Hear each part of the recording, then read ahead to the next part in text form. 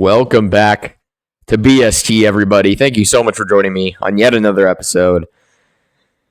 What a disaster of a Monday Night Football game. The primetime games this weekend, both Thursday, which was 10-7, funny enough, and Sunday, which was 25-10, or whatever it was. I think it was 25-10. Primetime is not treating fans good right now. Which sucks because I know a lot of people, you're working during the day. I know it's my kid for me. Like I'm only really truly paying attention to these primetime games, and this is what we're getting. Not a good look for the NFL at this moment. But you still watch the games. But yeah, I just want to hop on here, give my thoughts about the Monday Night Football game. Obviously, I'm pretty livid as a Packers fan. I've simmered down a bit, but I'm still not a happy camper. And then we'll talk about the Brian Daboll firing at the end of the episode. But let's just hop into this game. Philadelphia Eagles beat the Packers 10-7. And I think I just need to talk about the Packers first to get it off my chest. Because honestly, to me, this is more about the Packers than it is about the Eagles. This has been kind of an Eagles game. This was. I mean, just an ugly... The offense is what it is. We know what this offense isn't spectacular, but they get it done.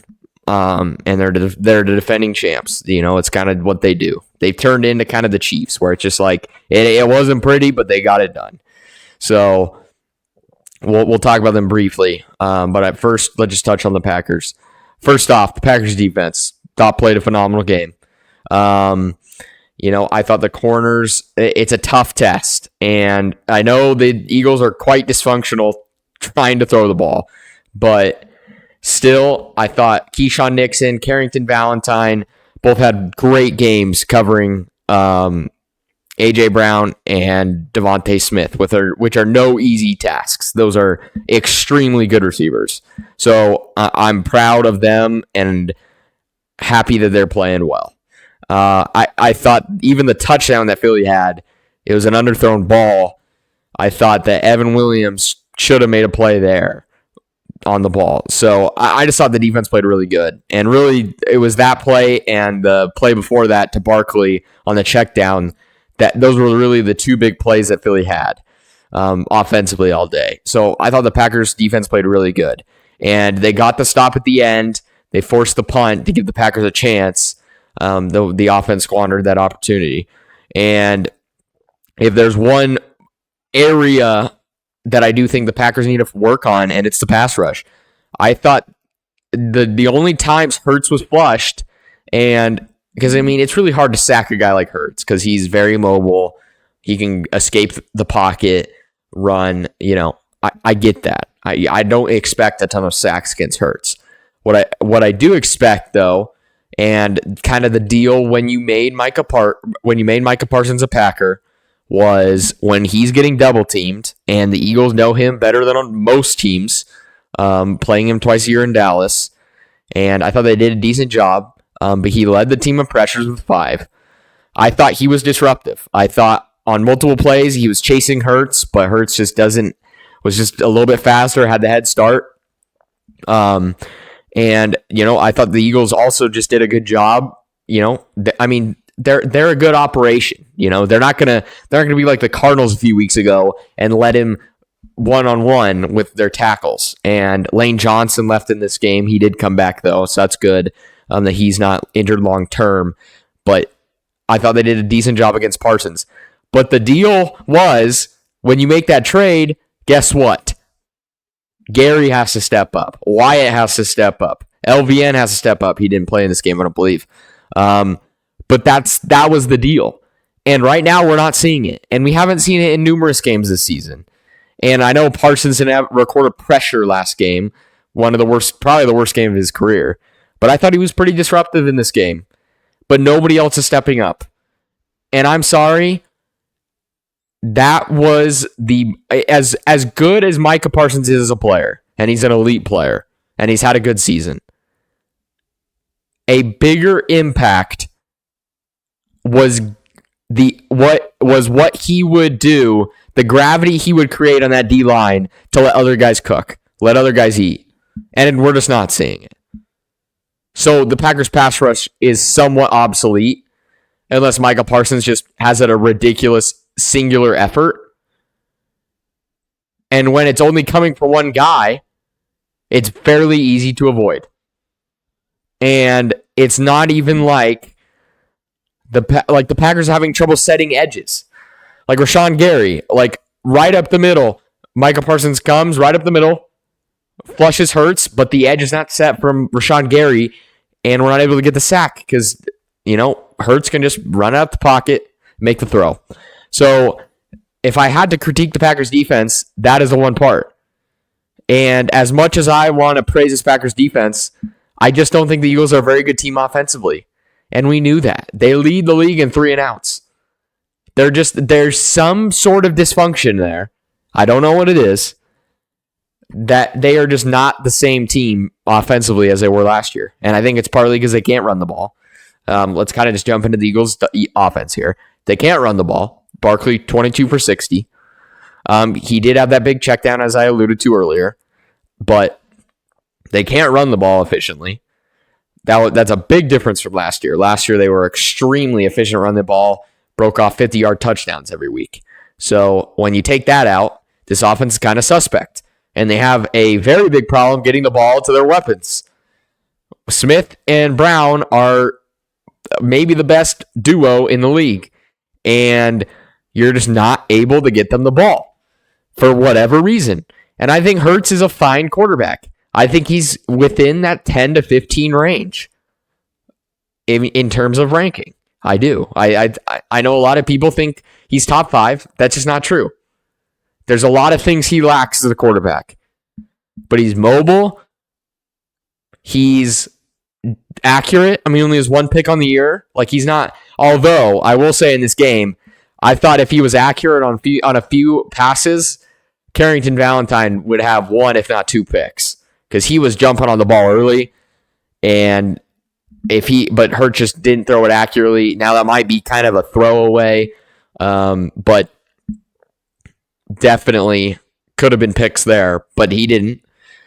And I thought he played fine in this game. 183 yards, a touchdown. He didn't play good, but he played fine. He played good enough to win. But there's something wrong with that offense. So I know a lot of Packers fans are going to overreact probably and be like, this defense is Super Bowl caliber. It's not. It's not. At the end of the day, there's just something about the Packers where they will not come up big when they need it the most. And if the Packers... I believe the Packers will be making the playoffs this year. They're not going to win the division. Their chance to do that was squandered tonight. But there's just something about it, man. And it's not going to happen this year.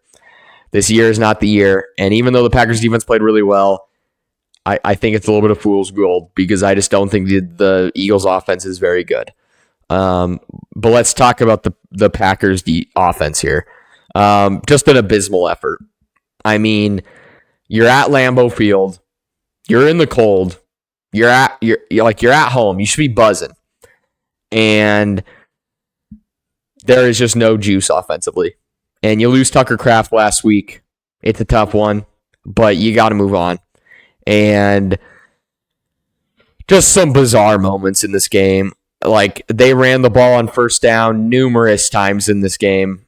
And I hate it. Just stop running the ball. It's not working. Jacobs, 21 for 74. There's no efficiency in this run game. They just can't block it. They can't. They cannot block it. Josh Jacobs can have the best singular effort on the team, and it doesn't matter if his O-line can't block for him. And they just aren't. I thought the O-line was abysmal pass blocking as well. They just suck. And when you give Jordan Love a good pocket, he's very good. And when you can keep him protected, he's very good. When you don't, he's not. I think he has a very big problem with when there's pressure, he doesn't keep his eyes downfield. When he keeps his eyes down and he's looking where to go in the pocket, and he's not a good enough athlete to escape at times, and he did in this game a little bit, but he just takes some sacks.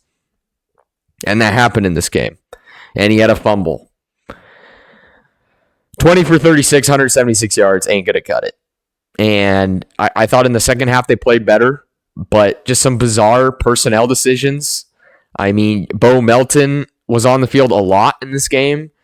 I mean, he's a corner. He's a wide receiver converted corner. It's just bizarre to me. And on a fourth down, earlier in the game, he's not on or Christian Watson's not on the field. Bo Melton is. Why is that and he drops the pass? You know? Why is that a thing? Why is that a thing? You know? It makes no sense to me. Makes no sense. And they just squandered great opportunities from the defense. The defense forced a fumble on Hurts. The offense does nothing with it. It's just getting ridiculous at this point. There's no complementary football on this team. Absolutely none. Absolutely none. The defense makes Philly punt the ball. The offense squanders the opportunity. They had it. They had the opportunity to win the game. Down 3. They could have tied the game, but no. On 4th and 2, with the game on the line, you run a shotgun run. And I don't know if it was an RPO because it looked like Love kind of held onto the ball a little bit. Like he was maybe going to pull it and throw. But he decides to hand it off, and it is blown up by Jalen Phillips and the Eagles D-line. Completely blown up. And you were already going to have a penalty for illegal formation or illegal shift or whatever it was. So just a ridiculous effort. It's just ridiculous. I am sick and tired of Matt LaFleur at this point. It feels like the offensive game plan is so conservative.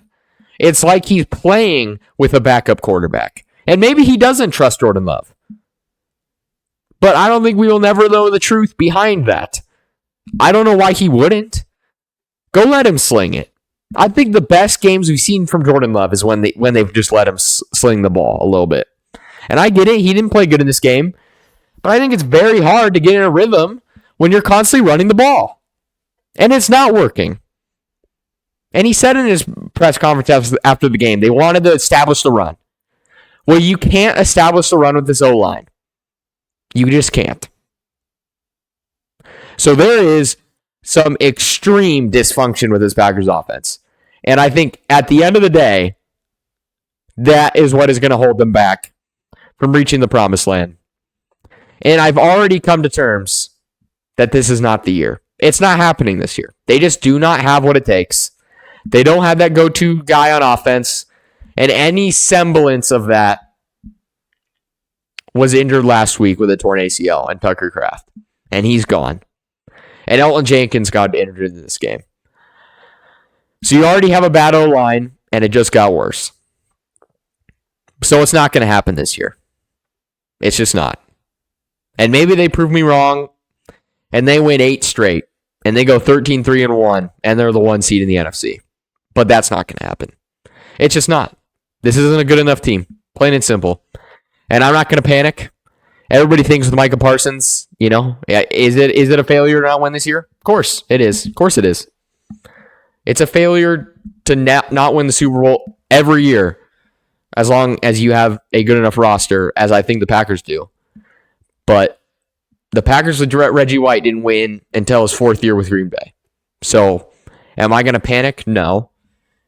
But I truly don't believe the Packers have what it takes to be a top-tier contender this year.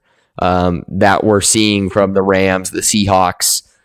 And for the record, I'm not sure that Philly has it either this year, just in terms of what we've seen so far. And I know Eagles fans probably going to get on me for that. Just watch your offense, man. These games were very similar from each offense. The Eagles just, honestly, at the end of the day, they just have a better kicker. And that's my next point I want to get to with the Packers. They have a serious kicking problem. And I think Brandon McManus has to be gone at this point.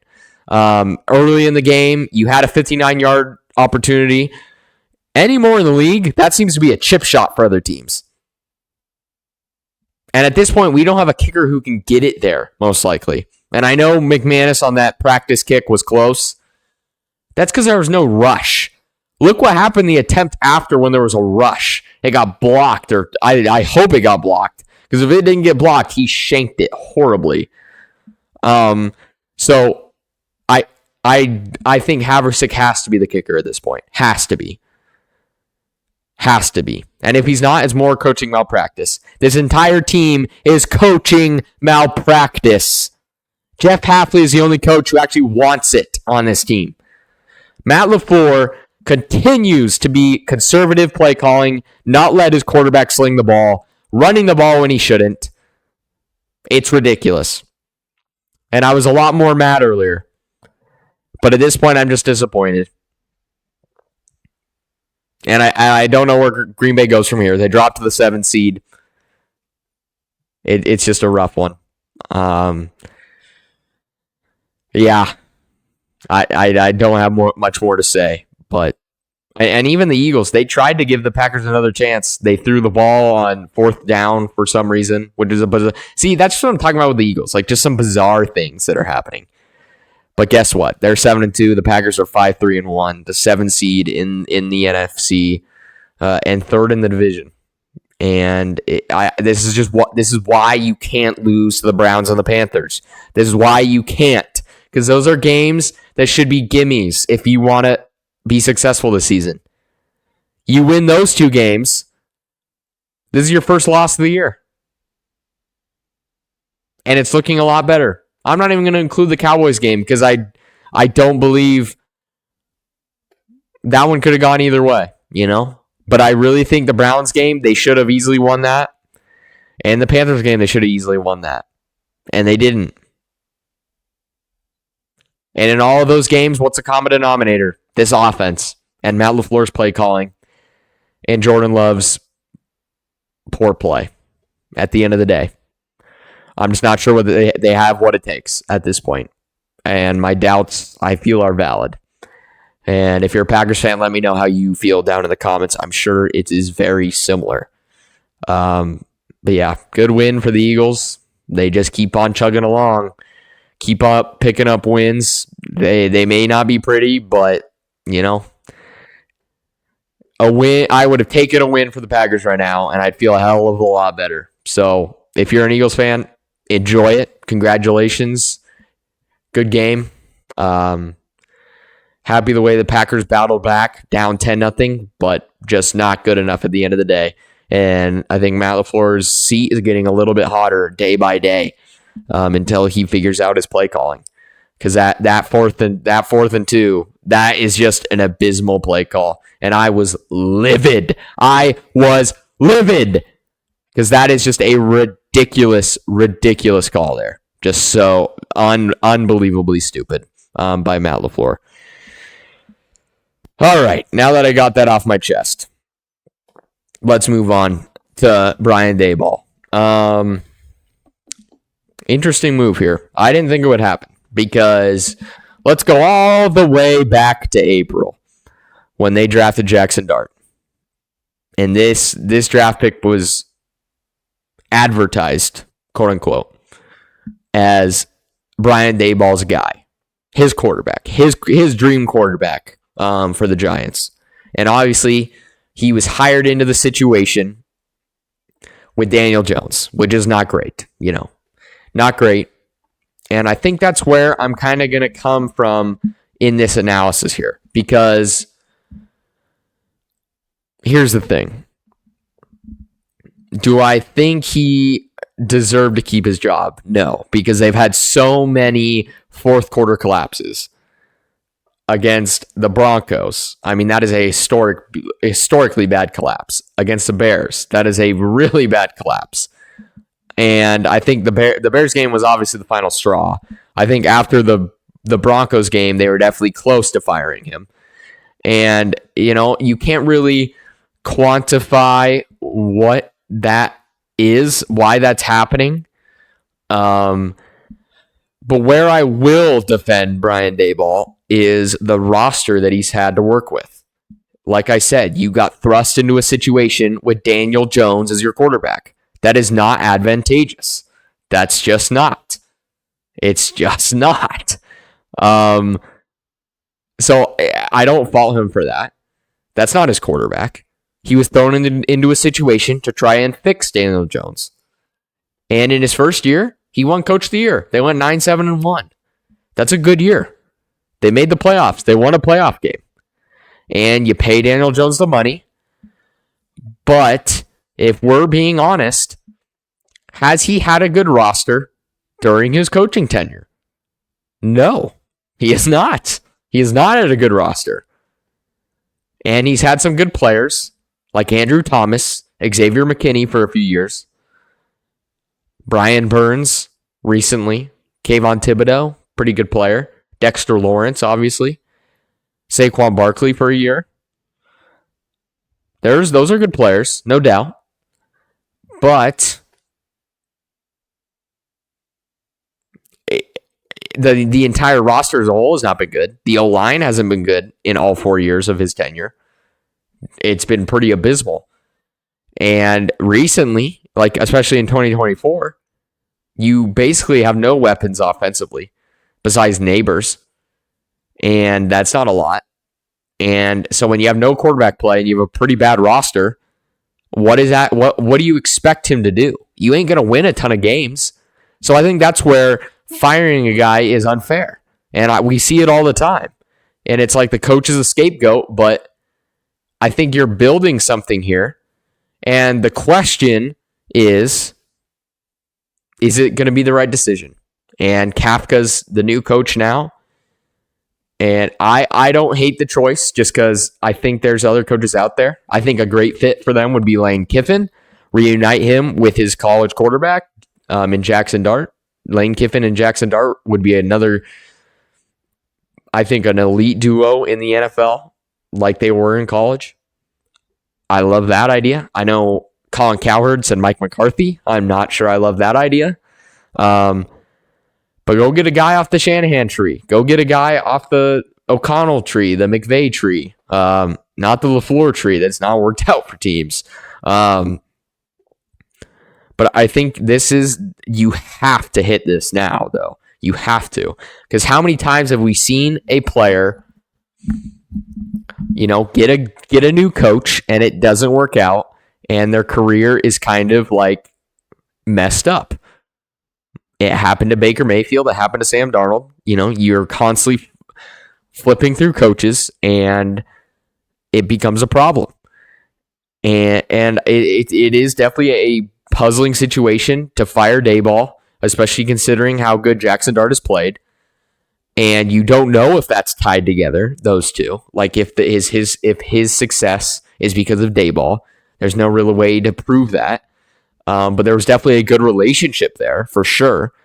And they showed at times when Russell Wilson got into the game, they didn't know what to do. And Daboll panicked at times, like he did in the Bears game. They completely went conservative to all hell. And to me, that's also coaching malpractice, because if you're that worried with Russell Wilson at quarterback, put in Jameis Winston. He's a capable player. He can chuck the rock a little bit. And they've dealt with a ton of injuries this year. I mean, you've lost your two best offensive skill players in Scadaboo and Neighbors. So do I think Daboll ultimately deserved to be fired? Yes and no. I don't think he's been dealt the best hand, but he also didn't play it very well. So this is the decision they made. I don't think it's the worst decision, but you have to hit it now. Unless you think Kafka's the guy, you have to hit this. And it's going to be tough because there's not like a Ben Johnson in this year's coaching free agency. Not free agency, like carousel, I guess. So I don't know where they go. I would love Lane Kiffin there. Maybe Kafka's the guy, but I know like Colin Cowherd has said this. You don't want to fire the coach mid-season because then if Kafka starts winning some games, the fans like him, you kind of get thrust into making a decision you probably shouldn't make. We saw it with Antonio Pierce. That didn't go well. And you're already behind another year of development with Jackson Dart. So I hope they don't do that if Kafka's truly not the guy. I think they need to try and make the right decision here. But easier said than done, for sure. But this decision is going to define the next 10 plus years of New York Giants football. And obviously, this is a highly touted job because you seem to have the quarterback. You have a good running back. You have an elite receiver, and it's the New York Giants. Like that's a historic franchise. So I think it'll be a highly sought after job. We had a pretty good situation in New York. I think Lane Kiffin would be awesome in New York. So interesting to see where it goes from here. They're not going to win a lot of games. They have a brutal schedule, so they're not going to win a lot of games. But that's just going to help them because now they're going to have probably a top 5 pick again and get more talent on this team. Hopefully get another alignment with that top 5 pick, if we're being honest, because their line sucks. But interesting situation. Kind of shocked it happened, but I think it'll benefit them in the long term regardless. But yeah, guys, thank you so much for watching. Rough one for the Packers. Good win for the Eagles. They ball out. Interesting day. We'll be back on Thursday for an episode with Jaden and Jason. Should be a fun one. That game will not be. Patriots-Jets sounds horrid. Like, holy. At least the jerseys will be cool because it's the rival jerseys. But, God, dude, I am not excited to watch that horrible game. But, yeah, thank you guys so much for watching. Please like, subscribe, comment. Let me know down in the comments what your thoughts of this Monday Night Football game. And I will be seeing you in the next one. Take it easy.